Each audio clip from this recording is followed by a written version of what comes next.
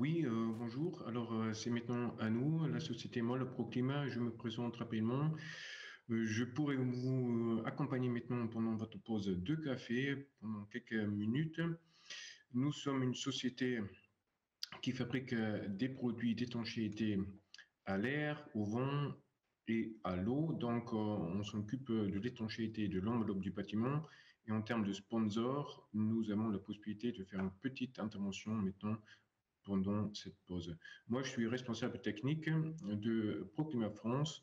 Donc, ici, une petite maison virtuelle qui montre tous nos produits d'étanchéité à l'air, côté intérieur du bâtiment, à l'extérieur plutôt par pluie et écran sous toiture.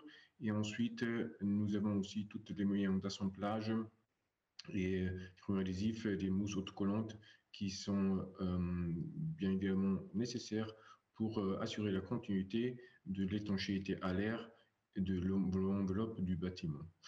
Un produit relativement connu de notre côté, c'est notre membrane Intello, qui a été maintenant mis sur le marché depuis 2004, développée par Proclima, une membrane hygroariable. Aujourd'hui, ce produit est distribué et vendu dans 45 pays au monde entier. Donc, cette membrane est utilisée dans presque toutes les zones climatiques existantes. Qu'est-ce que c'est maintenant vraiment, le point clé de ce système? Alors, hygrovariabilité, ça fonctionne comment? Nous avons en hiver un sens de diffusion qui se fait du côté intérieur vers l'extérieur. Pendant cette période-là, la membrane possède une valeur relativement importante avec une valeur de 18 mètres, donc c'est presque pas vapeur. Par contre, en été, en fait, on a un sens de diffusion inverse. Dès que vous avez une l'humidité imprévue dans la construction, cette humidité se dirige du côté extérieur à cause du chauffement de la paroi du côté extérieur vers l'intérieur. La membrane remarque tout ça, elle baisse la valeur SD jusqu'à 0,25 et permet, dans les conditions idéales, à évaporer plus de 500 grammes, alors 2000 litres par semaine. Alors, ce comportement de membrane évite une accumulation d'eau dans la paroi et fonctionne très bien avec des produits d'isolation hygroscopique comme tampon d'humidité. Prochain exemple un peu plus concret. Alors, ça, c'était un chantier, un des multiples chantiers que nous avons accompagnés dans le programme Journal of BBC, qui a été lancé en 2009 par la région Alsace, le groupe EDF et les professionnels du bâtiment, qui avait pour objectif de développement de travaux d'amélioration thermique, enveloppe BBC, de plus de 500 maisons individuelles existantes. Donc, Proclima, en fait, nous avons accompagné environ 380 chantiers de ce programme-là. Alors, l'objectif, c'était vraiment d'avoir une enveloppe du bâtiment bien isolée qui réponde à tous les standards d'un bâtiment à basse consommation, BBC. Donc ici, vous voyez toute la continuité de l'étanchéité à l'air avec les membranes, un bon raccord au plancher, fenêtre, toiture bien intégrée dans la continuité de la membrane, les différents rubans d'assemblage, murs, pignons, rampons et ensuite le bas de mur parfaitement isolé avec de la fibre de bois et ensuite étanchéifié avec la membrane pour climat.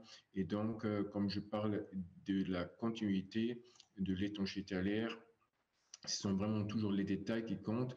Et là, vous voyez déjà un peu. Alors, on a également isolé en fait le bas, le rez-de-chaussée. Et bien évidemment, on est toujours en fait, on se trouve toujours face à des petits détails un peu importantes. Ça, c'est en fait la question comment assurer en fait la continuité de l'étanchéité entre les solives et également apporter l'isolation sur le mur.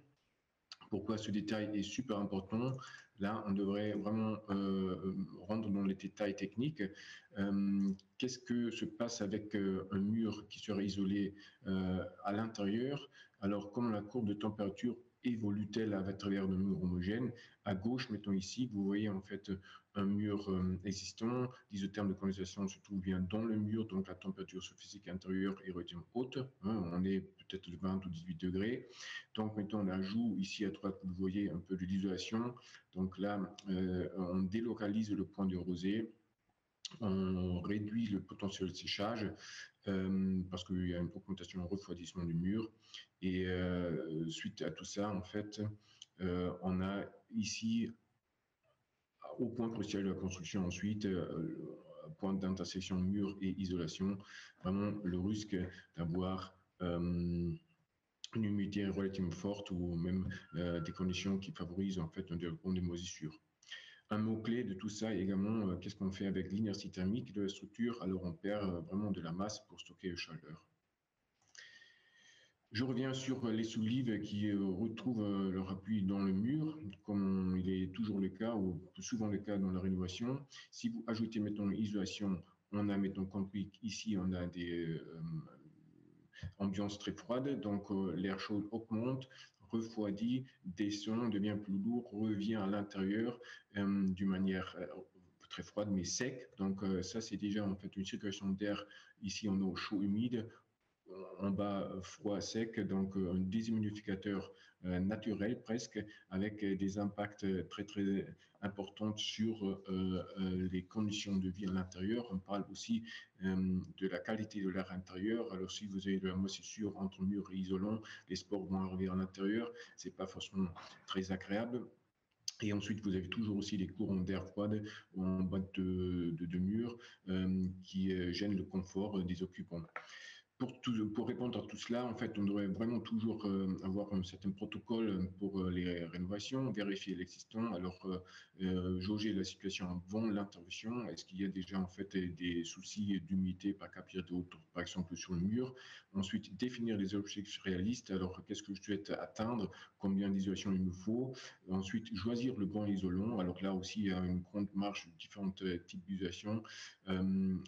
Quelquefois, en fait, où on a un avantage avec des matériaux hygroscopiques naturels biosourcés à cause de la possibilité d'adsorber et de garder une certaine quantité d'eau. Ensuite, vraiment bien choisir la résistance thermique sur un mur, avoir une attention particulière sur la continuité d'étanchéité à l'air, veiller sur les ponts thermiques, comme ici les solives du plancher intermédiaire, et également analyser en fait les conditions ici ambiantes des solives, parce que ici nous sommes après intervention, après ITI, nous sommes dans des conditions très froides qui peuvent également favoriser le développement de moisissures. Donc, si maintenant on regarde qu'est-ce qu'il existe comme programme d'incitation ou d'encouragement, alors on peut citer les crédits d'impôt qui sont bien connus pour répondre à tous les critères et bénéficier de toutes les aides. On doit par exemple ici, c'est recommandé, mettre sur le mur un R de 3,7 pour être conforme au programme. Ce programme a été prolongé par le loi de finances, donc c'est encore actuellement en vigueur. Si on reprend la conductivité une fibre de bois de 0,036, il nous faut une épaisseur d'isolation de 13-14 cm, hein, mais on garde la problématique. Alors c'est également mentionné par Madame Distel. Alors nous souhaitons pas du tout des conditions d'encouragement qui peuvent provoquer des dommages ou des désordres dans la paroi. Pourquoi je vous dis ça? Parce que on peut maintenant regarder la suite, hein, la future règlement énergétique 2020. Là, vous trouverez une phrase très intéressante. Le coefficient de transmission thermique clinique moyen des liaisons entre les planchers intermédiaires et les murs donnant sur l'extérieur ou en localement chauffé n'excède pas les 0,6 watts par mètre linéaire à Kelvin. Si vous regardez ici au milieu un extrait des règles THPAD thermique de 2017, vous voyez qu'en fait, un mur en béton ou même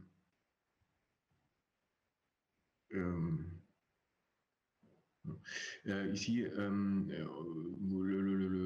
le valeur coefficient de transmission linéaire, il est de 0,96, c'est-à-dire là, en fait, on doit réduire tout ça par 30% hein, pour atteindre le RE 2020. Et comme on le fait, comme on peut y arriver, c'est bien clair, on doit isoler moins hein. Alors, on doit trouver un bon équilibre entre l'isolation thermique et le stockage solaire dès la phase de planification. Donc, c'est l'inertie thermique que vous perdez actuellement complètement avec un R de 3,7 ou 4 pour répondre aux conditions des travaux conformément au crédit d'impôt, par exemple. Et là, maintenant, la future RE présente en fait complètement une autre approche, hein, isoler un peu moins pour réduire ces effets de pont thermique. Hein. Alors ça, c'est une grande difficulté parce qu'en fait, vous avez différents documents qui se contredisent et qui vont se contredire. Hein. Et juste pour vous montrer encore l'efficacité de l'isolation thermique, alors ça, c'est en fait une graphique qui montre des résultats d'un projet de recherche sur le système IT qui a été fait en Allemagne sur les bâtiments existants.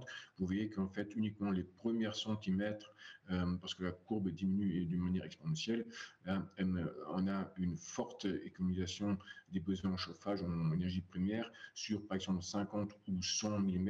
Là, nous sommes sur un R de uniquement 2,8 hein, et pas du tout sur le 3,7. Alors, si on augmente le R sur le mur, on ne peut plus faire des économies en termes de besoin de chauffage, mais on augmente tous les risques de désordre ou des sinistres dans la paroi, notamment moisissure, par exemple, entre isolants et murs résistants. Et pour cela, nous conseillons finalement un système qui est fiable, pérenne à long terme, avec, je dirais, un produit biosourcé microscopique contre le mur, ensemble avec ou complété par une membrane hypervariable qui pourrait laisser évaporer une très forte quantité d'eau vers l'intérieur en cas de besoin. Pour terminer, je souhaite vous présenter encore un projet qui a été fait à Paris, 15e. C'est une réhabilitation des bâtiments existants. Retransformé en résidence universitaire avec une façade rideau qui était préfabriquée. Nous avons conseillé notre partenaire de construction, dans ce cas-là c'était Bouygues. On a accompagné tout le chantier. Donc préfabriqué, ça veut dire que ici vous voyez en fait la membrane hypervariable à l'intérieur, isolation en paille. Alors c'était en 2018. À ce moment-là quand même, pour une telle taille, c'était quand même quelque chose d'extraordinaire parce que c'est pas conforme au DTU, pas du tout conforme au DTU par exemple. Hein. Donc vous voyez ici la préfabrication, ensuite les éléments qui ont été fournis directement sur chantier. Ensuite, ils ont été mis en place sur la structure encore existante du bâtiment ancien. Donc ici, on a mis en fait toutes les différentes éléments en place, avec également une attention particulière sur la continuité de l'étanchéité qui a été fait à travers après. Alors toutes les équerres, fixation des éléments devaient être étanchéfiées aussi. Et oui, maintenant tout ça c'est terminé, les travaux sont terminés, le bâtiment a été livré et fonctionne très bien avec une bonne isolation en paille, une membrane hypervariable, également à l'intérieur, également en hiver, avec des températures très très faibles. Je vous remercie pour votre attention et je reste à votre disposition pour toutes les questions.